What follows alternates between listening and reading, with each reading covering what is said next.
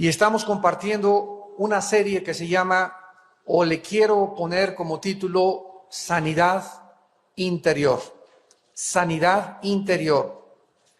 En el capítulo 4 del Evangelio de Lucas, versículos 17 y 18 y 19, el Señor Jesucristo entra por primera vez a una sinagoga que se supone era el lugar de la reunión donde los judíos leían la Torá, o sea, la ley. Y en el momento en el que le entregan esto a Jesucristo, nos damos cuenta de qué forma la providencia de Dios se encontraba también involucrada. Porque cuando Jesucristo recibe este rollo, precisamente estaba abierto en lo que les tocaba para leer en ese preciso día y en esa precisa hora y en ese preciso momento, que era Isaías 61. Y repito, no fue coincidencia que en ese día, cuando Jesús entra e inicia su ministerio presentándose ante el mundo, el profeta Isaías estuviera precisamente hablando de él. O sea que 750 años antes de que Cristo comenzara a leer estas palabras, el profeta Isaías había anunciado que esto sería la labor del Mesías. Y en estos cortos versículos, el Señor Jesucristo introduce todo a lo que el Padre lo mandó a esta tierra. Dice, y se le dio el libro del profeta Isaías, versículo 17, y habiendo abierto el libro, halló el lugar donde estaba escrito: el Espíritu del Señor está sobre mí, por cuanto me ha ungido para dar buenas nuevas a los pobres. Me ha enviado a sanar a los quebrantados de corazón, a pregonar libertad a los cautivos y vista a los ciegos, a poner en libertad a los oprimidos, a predicar el año agradable del Señor. Y enrollando el libro, lo dio al ministro y se sentó. Y los ojos de todos en la sinagoga estaban fijos en él. Y comenzó a decirles: hoy se ha cumplido esta escritura delante de ustedes. El Señor Jesucristo viene a una misión muy especial a este mundo enfermo por el pecado. La homosexualidad, el alcoholismo, la drogadicción, las enfermedades mentales no son más que síntomas de una enfermedad mucho más profunda que aflige al ser humano. El comunismo, el nazismo, el fascismo, los sistemas políticos que el mundo está buscando son solamente síntomas de la enfermedad tan profunda que aflige al ser humano, una enfermedad que la Biblia le llama pecado. Vivimos una época, amados santos de Dios, donde cada día los psiquiatras están clasificando a más personas como enfermas mentales. Desde tiempos antiguos, cuando los reyes griegos mataban a sus padres y se casaban con su mamá, la gente se ha preguntado cuál es realmente la conducta que debe ser considerada normal o simplemente aberrante. Se calcula que más del 65% de los pacientes que se encuentran encamados en los hospitales de Estados Unidos, de Norteamérica y de Europa están catalogados o clasificados por la psiquiatría y la psicología como enfermos mentales. Solamente la depresión y la esquizofrenia ha sufrido 292 diagnosis, 292 posibles diagnosis en los hospitales psiquiátricos. O sea, ya no encuentran ni siquiera los propios psiquiatras o los psicólogos o los expertos académicos en tratar a la conducta del ser humano, ya no saben ni siquiera en este momento cómo poder clasificar a una persona normal. Ya no saben qué es normal y ya no saben qué es anormal. Porque las personas que clasifican como anormales, descubren ellos que las que se clasifican como normales están más locos muchas veces que las anormales.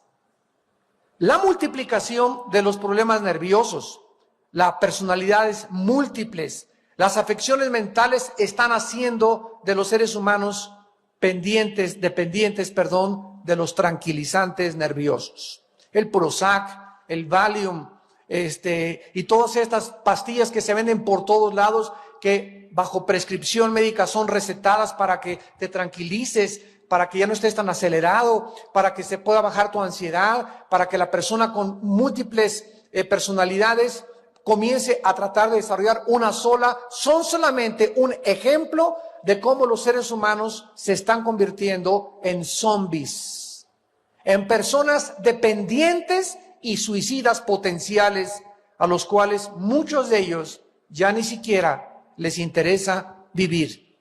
Hace 2000 años caminó por nuestro planeta el Hijo de Dios, el Señor Jesucristo, y Él comenzó a tratar con las personas a quienes Él no diagnosticó como enfermos mentales, sino como personas con problemas de su pasado que no habían solucionado. Síganme con mucho cuidado. Cristo no clasificó a las personas que actualmente se clasifican enfermas mentales como enfermos mentales, sino que Jesucristo, que fue el creador del universo, el que creó las neuronas de nuestro cerebro, porque por Él fueron los hechos los cielos y la tierra, por cuya causa todas las cosas subsisten y por cuya causa todas las cosas fueron hechas, Él es precisamente el médico por excelencia. Somos creación suya, somos hechura suya. Él sabe lo que está mal en tu vida y lo que está mal en mi vida. Y hemos llegado a un mundo en el siglo XXI donde la raza humana tiene que decidir a quién creerle. Si le vas a creer a Freud, a Jung, a Marx, a Nietzsche, o le vas a creer al Hijo de Dios. De eso se trata todo. ¿A quién le quieres creer? Entonces Jesucristo baja al mundo y comienza a decir que las personas con las cuales Él se encuentra, que aparentemente parecían maniáticos depresivos, psicóticos, personas con problemas mentales que ahorita los hubiéramos internado en un hospital psiquiátrico, nos revela que eran personas que habían abierto la puerta a criaturas espirituales invisibles que Él llamó demonios, a criaturas invisibles, a monstruos espirituales invisibles que están buscando la manera de atacar a los seres humanos en su mente, en la cabeza. Cuando Cristo murió en la cruz, no es coincidencia que el monte se llamara el Gólgota. ¿Saben lo que significa la palabra Gólgota? El monte de la calavera.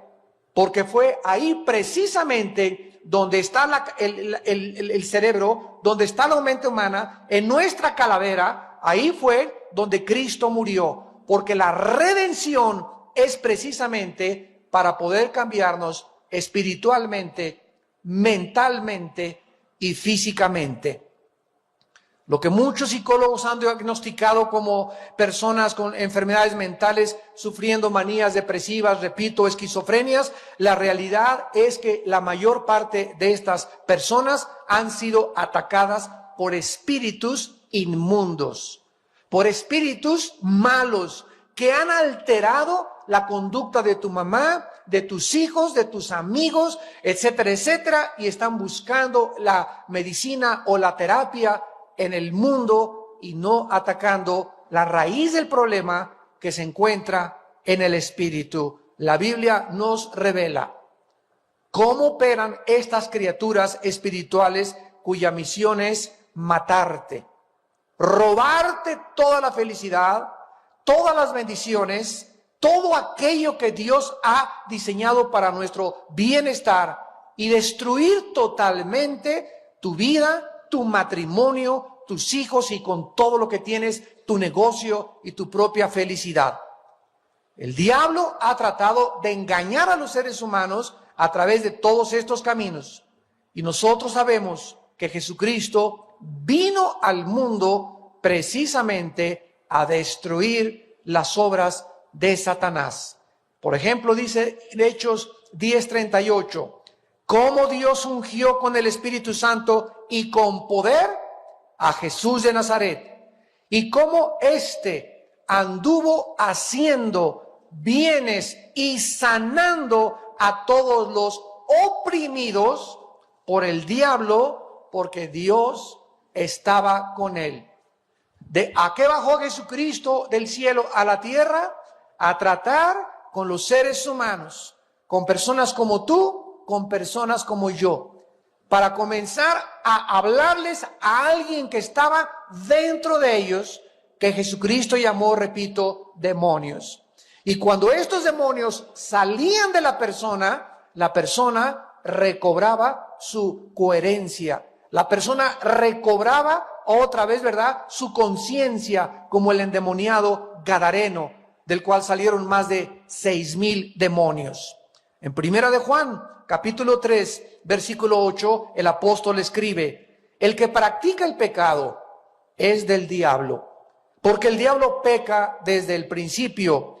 Para esto apareció el Hijo de Dios, para deshacer las obras del diablo.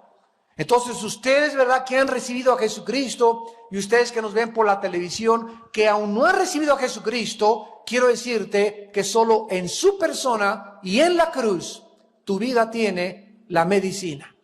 No hay absolutamente ninguna otra respuesta ni ninguna otra esperanza para el ser humano más que la cruz de Jesucristo. Ojalá que el estudio de esta conferencia pueda ayudarte a entender que la única persona que te puede ayudar es el Espíritu Santo. Ni tu mamá, ni el pastor mismo, ni el papa, ni el cura, ni el arzobispo, ni San Crisóstomo, ni la Santa Muerte, ni los gurú, ni los lamas, ni los tibetanos, ni el Dalai Lama, ni nadie pueden ayudar al ser humano más que el Hijo de Dios. A eso vino Cristo a este mundo, a hacerte entender que para eso lo mandó el Padre, porque tanto te ama Dios, que ha dado a su Hijo unigénito, para que cualquiera que en Él crea no se pierda, mas tenga la vida eterna. Vamos pues a iniciar nuestro estudio de la sanidad del alma o la sanidad interior, y vamos a descubrir lo siguiente en primer lugar. ¿Qué es la iglesia? La iglesia es un hospital. La iglesia es un campo de entrenamiento. La iglesia es como una boda. Muchos tipos y figuras en la Biblia representan a la iglesia. Pero uno de los principales y de los que más me gustan es que la iglesia es como un hospital, donde todos nosotros que estamos aquí, ninguno, ¿verdad?, ninguno estaba en sus 5 sentidos, ninguno era San Crisóstomo antes de venir a Cristo, ninguno era Santa Rita de Casia. La iglesia es una congregación de puros ex matones, ex drogadictos, ex homosexuales, ex lesbianas, ex borrachos, ex parranderos, ex jugadores, ex mentirosos, ex ladrones, ex abusadores de las mujeres, somos todos absolutamente una congregación de seres humanos que hemos visto una luz que se nos encontró en el camino, que nos dijo: yo soy Jesús a quien tú persigues.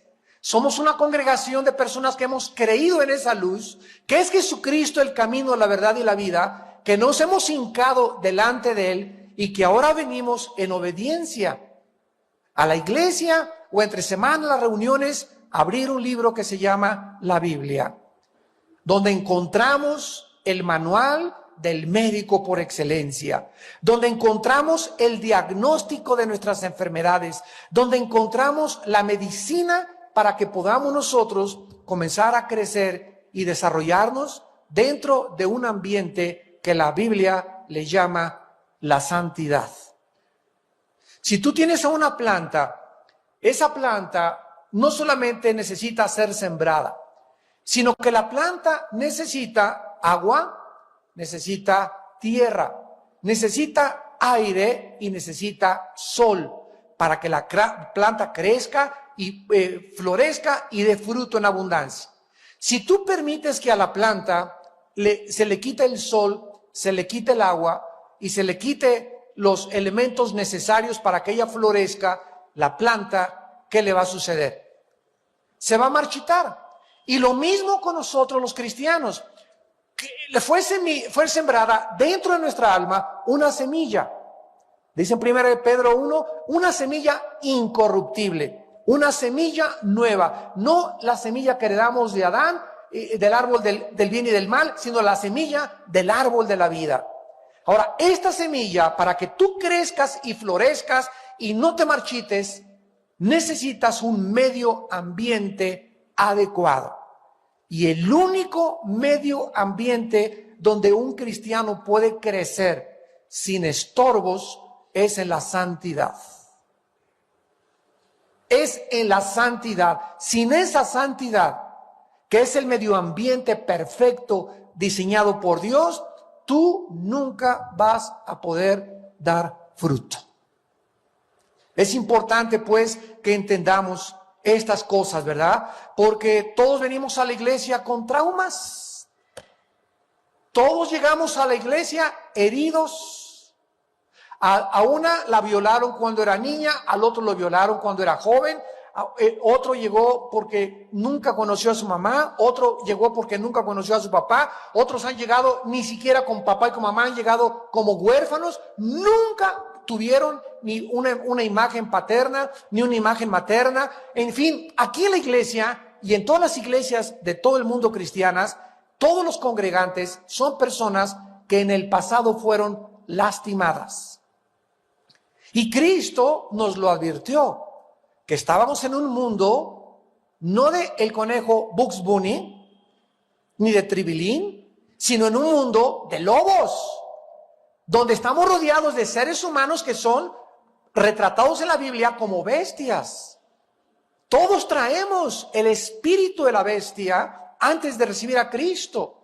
Autocentrados en nosotros mismos, queremos nosotros gobernarnos a nosotros mismos, poniendo nuestras leyes nosotros mismos, tratando de lastimar a la gente, lastimar a mi esposa, lastimar a mis hijos, lastimar a mis padres, sin importarme nada más que mi propia persona, mi propia personalidad, mi propio futuro, centrados en ese egoísmo que es el enemigo más grande que el ser humano pueda tener.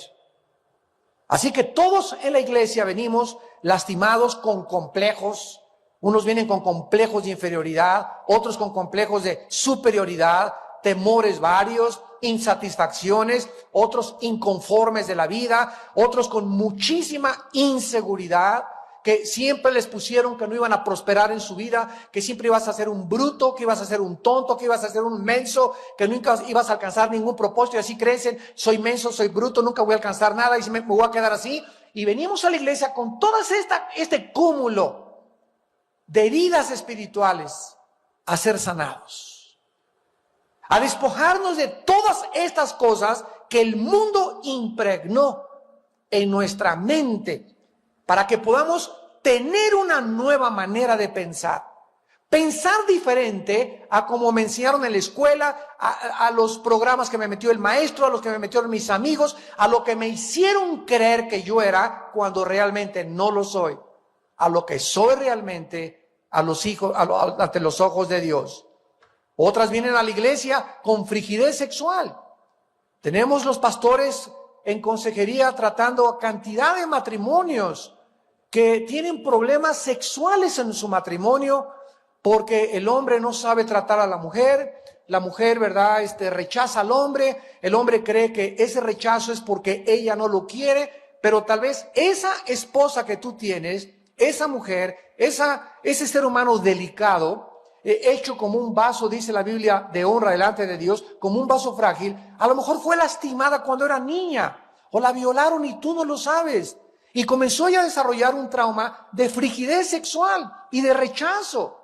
Entonces esa mujer necesita ser sanada, necesita la sangre de Cristo, tal vez necesita ser liberada, pero ella necesita librarse de eso de su pasado para funcionar bien sexualmente en su matrimonio, porque de otra manera, ¿verdad?, ese matrimonio estará encaminado al fracaso.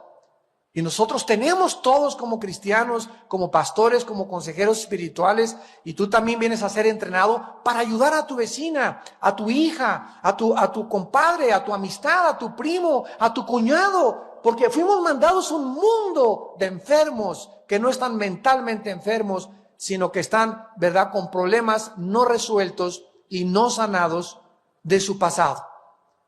En el libro de Proverbios, capítulo 18, versículo 14, dice la Biblia: el ánimo del hombre soportará su enfermedad, mas ¿quién soportará al ánimo angustiado? Una persona herida emocionalmente vive angustiada, no tiene paz, necesita fumar, necesita una droga, necesita un pericazo, un bachichazo de la Golden de Acapulco, necesita recurrir continuamente al alcohol o a las pastillas tranquilizantes, porque en sus 5 sentidos no puede enfrentar la vida. Y dice la Biblia: el ánimo del hombre soportará su enfermedad. Y cuando baja Jesucristo del cielo a la tierra, comienza a anunciar a los seres humanos: tengan paz. Mi paz les dejo, mi paz les doy. La paz que yo traigo del cielo no es la paz que tú tienes cuando tienes dinero o cuando estás sano, o la paz que tú tienes cuando todo va bien en tu vida. Yo vengo a traerte una paz, dice el Señor, donde serás una persona estable emocionalmente, no importa que te encuentres en medio de una tormenta. No importa que te encuentres con problemas económicos o con problemas financieros o morales o con hijos, no importa el problema que tú enfrentes. Siempre dice Jesucristo: yo te prometo que puedo gobernar tu corazón desde adentro, para que si desde adentro comienzas a dejarme que yo gobierne tu corazón con mi paz, puedas las cosas que te quitan la paz por afuera, la angustia que te produce que el barril del petróleo está a $107 el barril, la angustia que te produce que el dinero ya no te alcanza, la angustia que te produce que tu hijo está mal o que tu hija está mal, todas esas cosas que afligen el alma, si no tenemos dentro de nosotros la paz de Dios que nos dice: todo está bajo mi control. Todo está bajo mi control. La hoja de un árbol no se cae sin mi voluntad. Déjame a tu hijo, déjame a tu hija, déjame los problemas. Tú busca mi reino y mi justicia. Tú nunca te olvides en las mañanas al despertarte de buscarme en mi palabra. Tú ten comunión y déjame que como una planta te riegue. La palabra de Dios es el agua que riegue tu vida interior, sé regado por la Biblia continuamente. Y no te preocupes por las cosas de afuera, porque nosotros no caminamos por vista. Nosotros no somos influidos por lo que dice la televisión o el radio o la opinión del psiquiatra o la opinión del calentamiento global o la opinión de lo que dice el mundo. Nosotros somos guiados por dentro, por el Espíritu de Dios. Porque todos los que somos guiados y somos hijos de Dios, somos guiados por el Espíritu Santo. Y el mensaje de Cristo es: por nada estén afanados. Esta es una orden. Y continuamente cuando yo comienzo, yo me conozco, tú debes de conocerte también a ti mismo, pero yo me conozco a mí mismo, me estoy comenzando a conocer con la ayuda del Espíritu Santo. Y siempre que comienzo a detectar en mi vida intranquilidad, y me levanto y siento como una angustia, no sé de qué es, pero comienzo, no me siento tranquilo, no me siento con ganas, ¿verdad?, de hacer nada, sino que hay algo así que me está oprimiendo en el pecho. Corro inmediatamente, me regreso a mi cuarto y caigo de rodillas. Por nada estén afanados, Filipenses 4:6, sino sean conocidas vuestras peticiones delante de Dios con toda oración, con ruego y con súplica. Cuando comienzas a sentirte esta angustia que te oprime, esta ansiedad, ¿y qué va a pasar con mi hija? Y mi esposa, y mi esposo, y esto, y el dinero, y estas cosas que muchas veces hasta nos quitan el resuello, nos quitan el aliento, y comienzan a afectar nuestra vida espiritual y mental, se debe a nuestra incredulidad.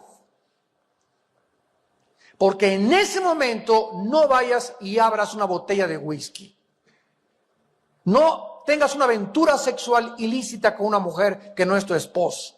No recurras a una pastilla tranquilizante o a un anestésico o a un cigarro. Dice la Biblia en Filipenses 4:6, híncate. Híncate. Y comienza a decirle a Dios, Señor, tengo esto. Comienza a alabar a Dios, a glorificar a Dios. Señor, tú eres el dueño del universo. Contigo voy de victoria en victoria. Nada me faltará. Tú eres mi pastor. En lugares delicados me harás descansar. Yo no puedo cambiar la vida de mi hija. Yo no puedo cambiar la vida de mi hijo. Yo no puedo cambiar la vida de mi negocio. Yo no puedo hacer que el petróleo baje. Yo no puedo hacer que el peso suba. Señor, todas estas cosas están en tus manos. Yo no soy Dios. Tú estás al control de las cosas que suceden a mi alrededor. Yo vengo a ti a hincarme y a decirte quiero tu paz, a echar toda mi ansiedad sobre de ti, porque yo sé que tú tienes cuidado de mi vida y tú no quieres que yo viva hoy con esta ansiedad, con esta intranquilidad, con esta angustia en mi vida, porque entonces estoy viviendo en incredulidad. Y dice Dios que cuando tú hagas eso, la paz de Dios, escucha lo que dice en Filipenses 4:6-7, que sobrepasa el entendimiento humano. Es algo que tú no puedes entender, no se puede razonar. Yo no puedo comenzar, ¿por qué estoy tan tranquilo cuando estoy rodeado de broncas? ¿Cómo es posible que esté aleluya, gloria a Dios, si me acaba de dejar mi mujer, mi esposo se fue, cayó mi casa y gloria a Dios, vendrá otra casita? Hasta tu familia te pueden decir, estás loco, estás loca. Pero esta es la paz que Dios nos promete, una paz que el mundo no entiende. Y que muchas veces tú te preguntas o te preguntas a ti mismo, ¿estaré loco? ¿Cómo puedo estar tan tranquilo y me siento con una paz y que ¿por qué? Porque sabes que Dios está gobernando tu vida y todo lo que nos rodea. Y esto es lo que nos hace caminar en la vida seguros, tranquilos, confiados, porque Él es nuestra fortaleza. Él es nuestra salvación, Él es nuestro auxilio en todas las tribulaciones, por lo tanto no temeré, dice el Salmo 27. Aunque un ejército me rodeare, no temeré. Aunque mi vida estuviera amenazada, no temeré. Dice el Salmo 46, Dios me amparo y mi fortaleza en todas las tribulaciones. Y dice el Salmo 46, a este grado llega David. Si me levanto en la mañana y veo que el Popocatépetl está volando enfrente de mí y que pasa enfrente de mi ventana, aunque las montañas ardieren y aunque viere lo que fuere, no tendré miedo. Total, si me llegó la hora, me llegó, ¿y qué? Hace 3 días se pronosticó en Dallas un tornado. Bueno, no se imaginan cuántos tornados, qué cambios de climas hay, ¿verdad? Tan tremendos. En México no se sabe lo que es un tornado, pero es un movimiento de aire que comienza a dar círculos, pero fuerte, fuerte, fuerte, fuerte, y puede ser del ancho un tornado de esta iglesia o 3 veces más ancho el tornado, así, y comienza a caminar así con una espiral y dando vueltas y arranca árboles desde la raíz, arranca los techos de la casa. Y eran las 8 de la noche y mi esposa fue por Nati y por la otra, por Salem, mi hija, a ver una cosa en la escuela cristiana que ellas tenían de una obra de teatro. Y veo en la televisión que se interrumpen las noticias porque así aparecen segundos. Alerta, alerta, y comienza la televisión, notas rojas. Anunciamos que en el condado de Denton, que es donde vivimos nosotros, va a pasar un tornado. Y mi esposa se encontraba en el coche, como a 20 minutos de distancia donde yo estaba. Y por ahí no sabía yo si el tornado le iba a agarrar a ella, ¿verdad? Porque arrasó. Después les cuento todo lo que sucedió. Y le hablo por teléfono, le digo, oye, me acaban de anunciar que es un tornado. Vente rapidísimo para la casa. O si te ves que enfrenta, porque estaba todo oscuro, y cuando se oscurece todo, eran como las 8 de la noche, no se ve. Si es de día el tornado, pues lo ves, pero en la noche no lo ves. Ves nomás una cosa oscura y de repente ya estás arriba en el cielo, ¿verdad? Entonces comienza las noticias por toda la televisión, y yo caigo de rodillas, y yo sabía que yo no podía angustiarme. Me entró una angustia de repente, que de repente vi el carro con mi esposa volando, ¿verdad? Y que ya no la vuelvo a ver, o a los niños, etcétera, etcétera. Pero caí de rodillas y de repente vi una paz en mi vida. Y me dijo el Señor, ¿sabes una cosa? Que ese tornado está bajo mi control. Y si me quiero llevar a tu esposa, ¿a ti qué te importa? Y si pasa por acá y ahorita te agarra con la casa y hasta con el perro te vas, ¿verdad? ¿No es cierto que para ti el vivir es Cristo? Y me dice Dios, a ver, repítemelo.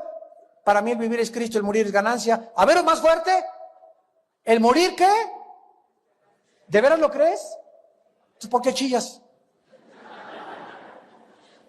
Dios nos prueba. Y créame lo que nunca me he sentido tan cerca. Así, pasa un tornado y te mueres. Te lleva con todo y la pijama. Y de veras lo entendí por primera vez. Padre, o en el avión, ¿verdad? En el avión hay unos cambios ahorita que hay de temperatura en el avión así, y se hace así el avión, y en ese momento otra vez ves a la gente angustiada, y se va a caer, un chocho, se va a caer el avión. A ver, pásenme la mitad de la botella que queda de whisky, para que me agarre por lo menos borrachín, ¿verdad? Pero en ese momento sabemos, Padre Santo, estoy en tus manos. Si nos vamos en picada, 1 o 2, antes de 30 segundos, voy a ver la cara de Jesús. ¿Realmente estás listo para morir? ¿Realmente estás preparado para encontrarte con tu Señor? ¿Realmente le has perdido el miedo a la muerte? Esa paz que sobrepasa todo entendimiento es la paz que Dios quiere que nosotros tengamos. Porque en medio de todas estas cosas somos más que vencedores. La salvación que Cristo nos viene a ofrecer no solo incluye el perdón instantáneo de nuestros pecados, sino que también como somos un alma y un cuerpo, incluye también la sanidad de nuestra alma progresiva y la futura glorificación o restauración o resurrección de un cuerpo perfecto. Entonces somos un espíritu, y dice el que está en Cristo, nueva criatura es. 2 Corintios 5:17. Nueva criatura, tú te ves en el espejo, tienes la misma cara de sapo, las mismas orejas de papalote, ¿verdad? Estás pelón, ¿verdad? O tienes la misma cara de caimán, o tienes la cara de Bambi, o otros tienen la cara, ¿verdad?, de Blancanieves. Pero físicamente no nos cambia la regeneración. Espiritualmente somos una nueva criatura. Dios ha creado dentro de tu vida, dentro de mi vida, una nueva naturaleza. Pero ahora me queda mi mente. Yo recibí a Cristo, por ejemplo, hace 32 años, en 1974. Y cuando yo recibí a Cristo, pues traía rollos todavía de Nietzsche, de Marx, porque yo era ateo, y traía rollos de la filosofía materialista, y traía rollos de por aquí, por allá, y comencé a conocer la Biblia, y me di cuenta que mi mente necesitaba comenzar a ser desprogramada. Porque somos exactamente como un disco duro, como una computadora.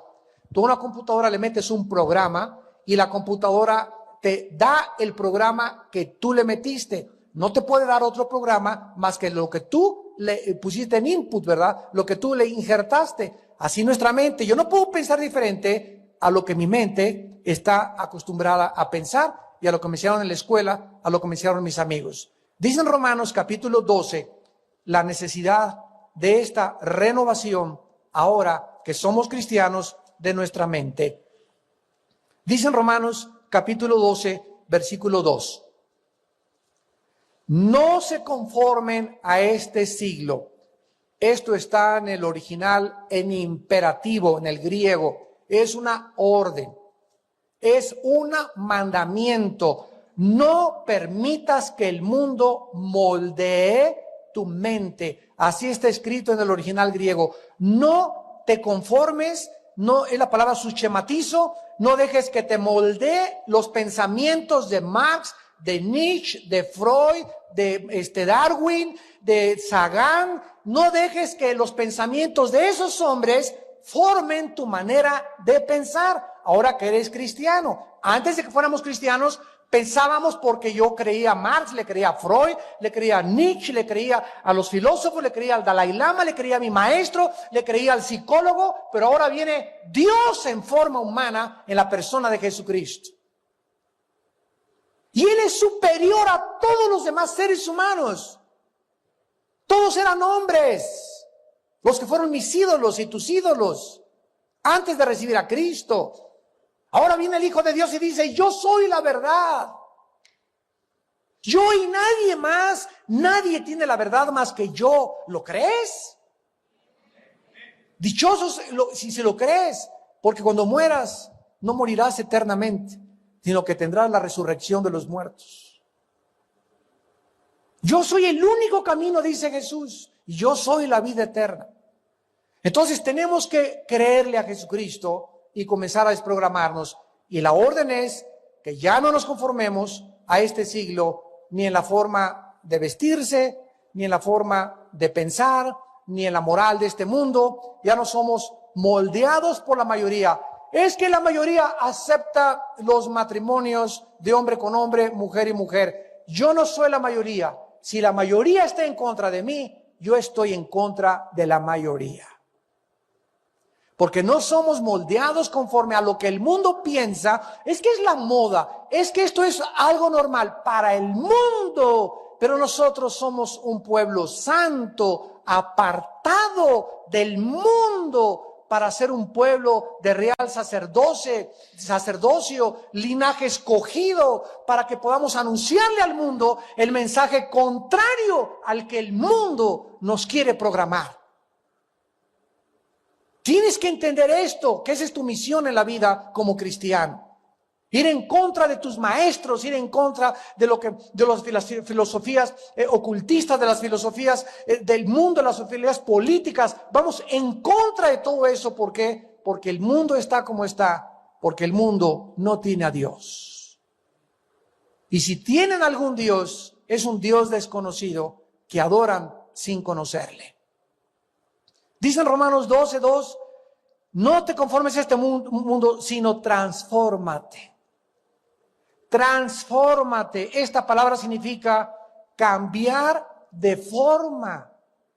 Es la palabra metamorfo. ¿De dónde viene la palabra metamorfosis? Y ahora este cambio no lo va a hacer Dios. Ahora Él nos manda que nosotros tomemos la Biblia. Y Dios, si yo tomo la Biblia y comienzo a moldear mi mente conforme a la Biblia, entonces Dios se encarga de ayudarme a yo poder encontrar una vida pacífica, agradable y conocer su voluntad.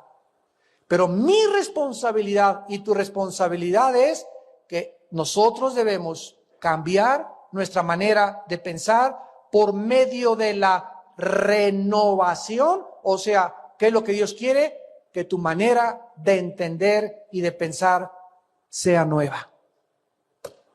Totalmente nueva.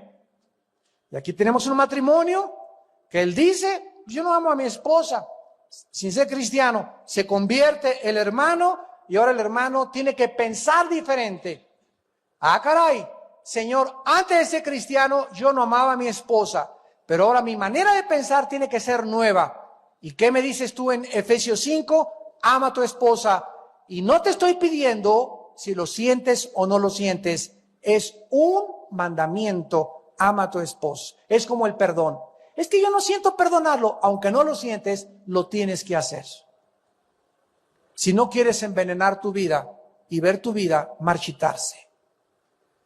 Ahora, antes de ser cristiano, no hay dinero. ¿Qué voy a hacer?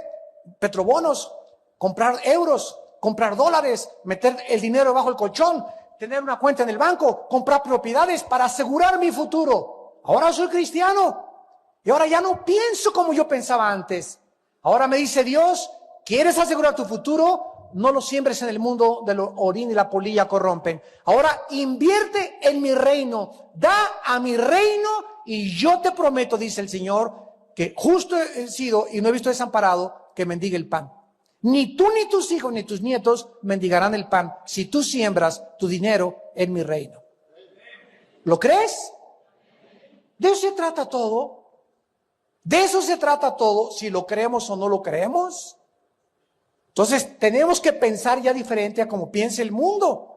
¿Por qué? Porque de eso se trata la santificación. El desarrollo progresivo de nuestra mente, moldeándola a la mente de Dios. Y dice la Biblia en el versículo 2, la promesa. Si tú comienzas a dejar que el mundo moldee tu vida y comienzas a cambiar tu manera de pensar en una manera enteramente nueva, escúchame esto, dice Dios, conocerás mi voluntad. Oye, hermano, ¿será la voluntad de Dios que me case con el chabacano ese? ¿Será la voluntad de Dios que nos cambiemos de casa? ¿Será la voluntad de Dios que me vaya con Chencha? ¿Será la voluntad de Dios que haga ese negocio?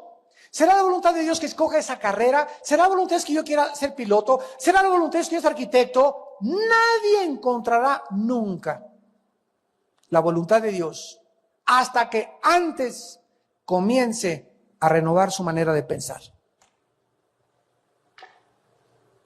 Hasta que comiences a leer la Biblia, a memorizar la Biblia, a estudiar la Biblia sistemáticamente, a compenetrar tu mente en la mente de Dios. ¿Y sabes algo? Dice Dios, entonces vas a conocer mi voluntad. ¿Y sabes una cosa? En segundo lugar, mi voluntad para tu vida es, en primer lugar, buena. Dice aquí, para que comprobéis cuál sea la buena, el que no escatimó a su Hijo, sino que lo entregó por todos nosotros, ¿cómo no nos dará todas las cosas? Si tu hijo te pide un pan, ¿tú le darás un escorpión? Así vosotros, dice el Señor, oye, si yo morí en la cruz por ti, ¿cómo es acaso te atreves a pensar que yo quiera algo malo para tu vida? Yo no vine a destruirte. Yo vine a levantar tu vida, a edificar tu vida, a salvar tu vida, a sanar tu mente, a bendecir tu vida, a bendecir tu casa, a bendecir tu matrimonio. Yo he venido a poder restaurarte. La voluntad de Dios para nosotros es buena. En segundo lugar, es agradable. ¿Te va a gustar? Señor, pero yo me quería casar con Chencho y me lo quitaste. Es que Dios sabe mucho mejor qué hombre te va a hacer feliz. ¿Qué mujer te va a hacer feliz? Y si se fue Chencho con otra, aleluya, gloria a Dios, bendito sea tu nombre. Vete con 10 si quieres. Porque eso demuestra que él no era para ti. Imagínate que tú hubieras casado con él y que te hubiera hecho eso ya casados. Hubiera sido un infierno con el adulterio tu matrimonio. Qué bueno que tu novia se fue con otro. Qué bueno y que se vaya con Juan Camaney. ¿Por qué? Porque no era para ti. El hombre que Dios tiene para tu vida, escúchame muchacha, nadie te lo va a quitar. Porque es para ti el que Dios entregó para ti. Y la muchacha que Dios tiene para ti, no tienes que andar celosa de tu novia. Si tu novia anda ahí, y con todos los demás ahí coqueteando y eso, ¿sabes una cosa? No vale la pena. ¿Sabes por qué? Porque tú no le interesas. Ella quiere que todos lo vean y quiere ser la novia de todos. Y si alguien viene más guapo que tú, con más lana que tú, con algo mejor que tú, se va a ir con él. No vale la pena. Ni que te enojes, que se vaya de una vez que se enoja. Sigue estudiando la palabra y espera por esa mujer que nadie te va a quitar, porque va a ser la madre de tus hijos. Dios tiene para nosotros una voluntad buena, agradable, y dice la Biblia en tercer lugar, perfecta. O sea, Dios no se puede equivocar con mi vida ni con tu vida. El plan de Dios para nosotros es perfecto, total, maduro, si nosotros nos dejamos conducir por Él. Esta renovación o restauración del alma es la sanidad, que la Biblia menciona para todos los que han aceptado a Jesucristo como su Salvador. Y aquí, en penúltimo lugar, tenemos que recordar algo. ¿Pueden ustedes creer que hay cristianos que no quieren ser sanados? ¿Pueden ustedes creer que haya personas, como me encontré ese ranchero una vez hace muchos años, que me dijo a su esposa y sus hijas, pues mi esposa es secota, hermano, como un nopal. Nunca me abraza, nunca me besa, nomás me vieja, métase a la casa. Yo fui a hablar con este Juan Camaney de allá de Pozotlán Los Altos. Y le dije, oiga, don Pancho, ¿por qué usted es así con su esposa? Es que así soy, secota como mi padre y así crecí. Y le dije, ¿sabes una cosa? Usted es cristiano, ¿verdad? Sí, acepté a Cristo. Pues no tiene por qué seguir siendo ni que le digan el nopal. Ahora usted tiene que poner de su parte y decirle, Padre Santo, he sido un seco con mi esposa, no me nací a abrazar a mis hijos, no me nací a hacer estas cosas. Todos estamos llenos de defectos y de trauma, repito, como vimos al principio, pero venimos a Cristo a no ser iguales. Tenemos que estar dispuestos a cambiar, a ser diferentes, a ser mejores. Y no hagamos lo que dice Génesis capítulo 37, versículo 35, cuando el terco de Jacob se amachó y resistió el cambio hasta que le vino algo peor en su vida. Dice en Génesis 37, versículo 35, desde el versículo 34, Jacob rasgó sus vestidos, puso cilicio sobre sus lomos y guardó luto por sus hijos muchos días. Y se levantaron todos sus hijos y todas sus hijas, ¿para qué? Para consolarlo. Mira, papito, pues ya se murió, ¿verdad? Pues ya se fue y está bien que le llores al muertito 3 días y 4 días, etcétera, etcétera. Mas él no quiso recibir consuelo y dijo, descenderé enlutado a mi hijo hasta el Sheol, y lo lloró su padre. Jacob dijo, pues así me muero enlutado. ¿Cuántos hay de ustedes como Jacob? Ya se murió tu esposo hace 2 años, ya se murió, tú tienes que seguir viviendo. Ya se murió tu hija, se murió tu hijo, tú tienes que seguir viviendo. Hay muchos por los cuales podemos seguir viviendo a nuestro alrededor. No podemos seguir con nuestro pasado. Nuestro pasado no se puede volver a levantar. Las cenizas no pueden volver a arder. Es el último estado de la materia, las cenizas. Tú no puedes seguir con tu pasado y pues yo así fui y así me hicieron y porque me golpearon. No, tienes que estar dispuesta a recibir el consuelo de Dios. Señor, sáname, ya no quiero, ya soy una nueva criatura, quiero cambiar mi manera de pensar, quiero cambiar mi vida interior, quiero extenderme hacia adelante. Hay mucho por lo cual vivir todavía. Yo no puedo vivir con este ánimo, ni con esta amargura, ni con este rencor, porque tú has venido a sanarme, a darme vida, a abrir las puertas de mis prisiones, a sanar mi corazón quebrantado y lastimado por las cosas que viví. Pero tú tienes que decidir el ser consolado. Hay muchos de ustedes que siguen amachados y siguen entercados. Y Dios manda a tu pastor en los estudios bíblicos, a la gente, a que tú te sanes y tú no quieres ser sanado. En 2 Corintios capítulo 1, para terminar, el apóstol Pablo comienza esta carta a los Corintios con estas palabras. Segunda carta a los Corintios, capítulo 1, versículo 3 al 6. Bendito sea el Dios y Padre de nuestro Señor Jesucristo, Padre de misericordias y Dios. ¿Cómo le llama Pablo a Dios? De toda consolación. de toda consolación. Y esto es interesante. Cuando Cristo anunció que el Espíritu Santo vendría, usó una palabra griega que es paracleto, y que en Juan 14 y en Juan 16 se tradujo el consolador. Esta palabra paracleto significa en el griego koiné, o en el griego clásico, significa abogado.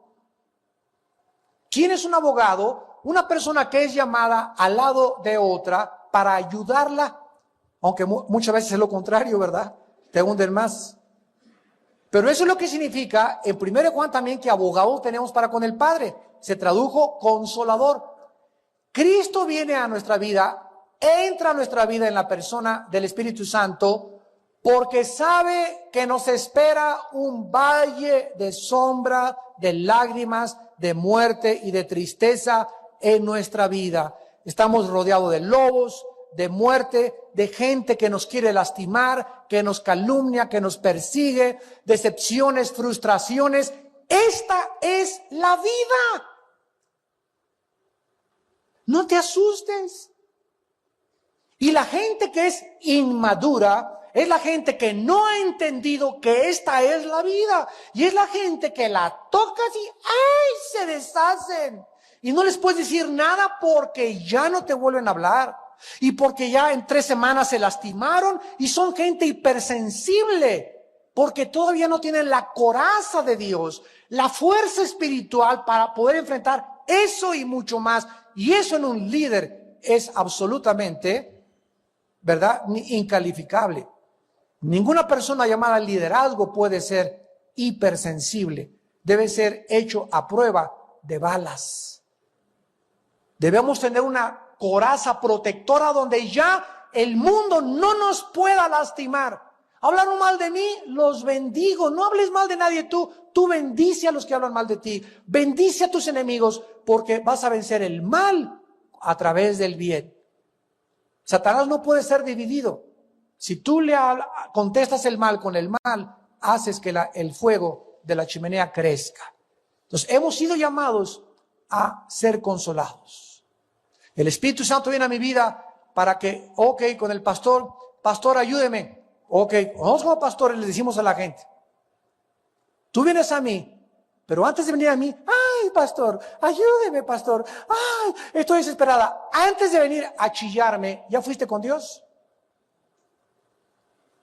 ¿Ya le chillaste a Dios antes? ¿Ya caíste rodillas, Padre? Y ya que estuviste 1 hora con Él, ya vienes con el pastor para que Dios, a través del pastor, te confirme con la Biblia qué decisión puedes ayudarte a tomar. Pero no esperes que el pastor te consuele. No vengas con tu esposa que te consuele tu esposa, ni tu esposo, ni tu hijo. El consolador es Dios. Es el Espíritu Santo. Maldito el hombre que confía en el hombre y estás esperando que alguien... Estoy esperando a mi mamá para chillar con mi mamá. Pero antes ya chillaste con Dios. Antes ya descargaste tu alma con Dios. Antes ya echaste toda tu ansiedad con Dios. Porque Él es el consolador, el que nos fortalece en este valle de sombras y de muerte. Pablo le llama Dios de misericordias y de todo consuelo, el cual nos consuela. Versículo 4, ¿en cuántas de nuestras dificultades? ¿En cuántas? ¿Ya lo descubriste tú? No. ¿Sabes por qué? Porque no quieres ser consolada. No quieres ser sanada. Sigues amargado. Sigues con rencor. Siguen sin perdonar porque no quieres que el Espíritu Santo trabaje en tu corazón. Y sigue con esa cara de nopal hasta que te mueras. Sigue con la cara de cocodrilo que tienes hasta que te mueras. Dice mi abuelita, decía, tu dicha, tu gusto y tu encanto. Así muérete. Porque Dios, escuchen esto, Dios puede cambiar la mente, pero Dios no puede cambiar el corazón. Qué revelación, ¿verdad? Un pasaje bíblico, hermano, los judíos en el desierto. Durante 40 años, Dios no pudo cambia. ¿Qué Dios todopoderoso? ¿No hay nada imposible para Él? Así es. Pero Dios no puede violar nuestra libertad. Y si tú no quieres cambiar y sigues chillando, era mejor antes de que era cristiano y a ver dónde está Dios, y probará a Dios en el desierto, habrá agua, habrá comida para mañana, y con tu incredulidad, y no has visto las maravillas que ha hecho Dios en tu pasado, y en los milagros que Dios hizo en tu pasado, y los milagros que Dios sigue haciendo, y tú sigues en esa incredulidad, Dios no te puede cambiar, así te vas a morir. Así te vas a morir. Porque Dios no puede violar la libertad que nos ha dado para que nosotros escojamos ser consolados, ser sanados y vivir para Él. Oremos. Padre, te damos gracias por tu palabra. Te bendecimos porque has venido, Señor, a darnos consuelo. Señor Jesucristo, te ha ungido el Padre para darnos buenas noticias. Que viniste al mundo a sanarnos, a todos nosotros que vivíamos quebrantados en el corazón, lastimados con heridas del pasado, con traumas, con complejos. A esto has venido, no solamente a decirnos ya van camino al cielo, sino que todos los días tenemos que estar aplicándonos la medicina, tomando la medicina que es la palabra de Dios y la oración para restaurar, renovar nuestra alma. Gracias porque has venido a pregonar libertad a los que estaban presos de su idolatría, esclavos del pecado. Vista a los ciegos. Antes no veíamos más que las cosas que nuestros ojos alcanzaban a ver. Ahora has abierto otros ojos en nuestra vida espiritual y ahora vemos cosas que ojos no pueden ver físicamente. Ahora podemos oír cosas que oídos físicos no pueden oír. Y podemos sentir cosas que el corazón no ha sentido nunca, porque son las que tú tienes preparadas para los que te amamos.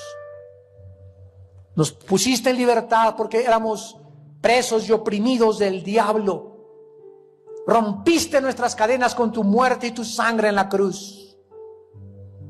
Y ahora somos enviados a un mundo del cual fuimos sacados, a pregonar estas buenas noticias, a que regresen al monte Calvario, donde Dios abrió una fuente de esa sangre derramada por su Hijo, para que ahí el ser humano encontrara la paz. Porque fue la cruz el lugar donde Cristo hizo la paz entre el ser humano y su Padre, mediante su muerte y muerte de cruz. Tal vez en esta mañana haya personas aún lastimadas, heridas, que no tienen a Cristo todavía en su corazón. Y este mensaje ha sido dirigido especialmente para ti en el amor de Dios. No has venido como una coincidencia en esta mañana. Dios te trajo, porque Dios te dice, ya basta. Quiero decirte que hay una luz, que sí hay esperanza, pero tú tienes que creer lo que yo hice por ti en esa cruz.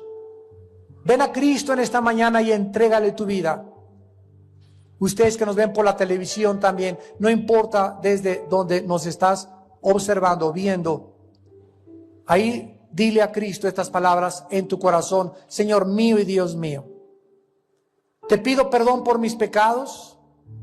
Creo que en la cruz pagaste por ellos con tu sangre y que a los 3 días resucitaste de entre los muertos.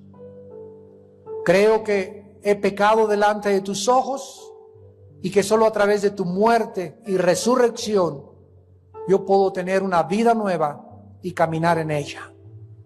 Te pido, Jesús, que entres a mi corazón como mi Dios y mi Salvador. Gracias por tu perdón y por tu sangre y por lo que quieres hacer en mi vida. En el nombre de Jesús. Amén.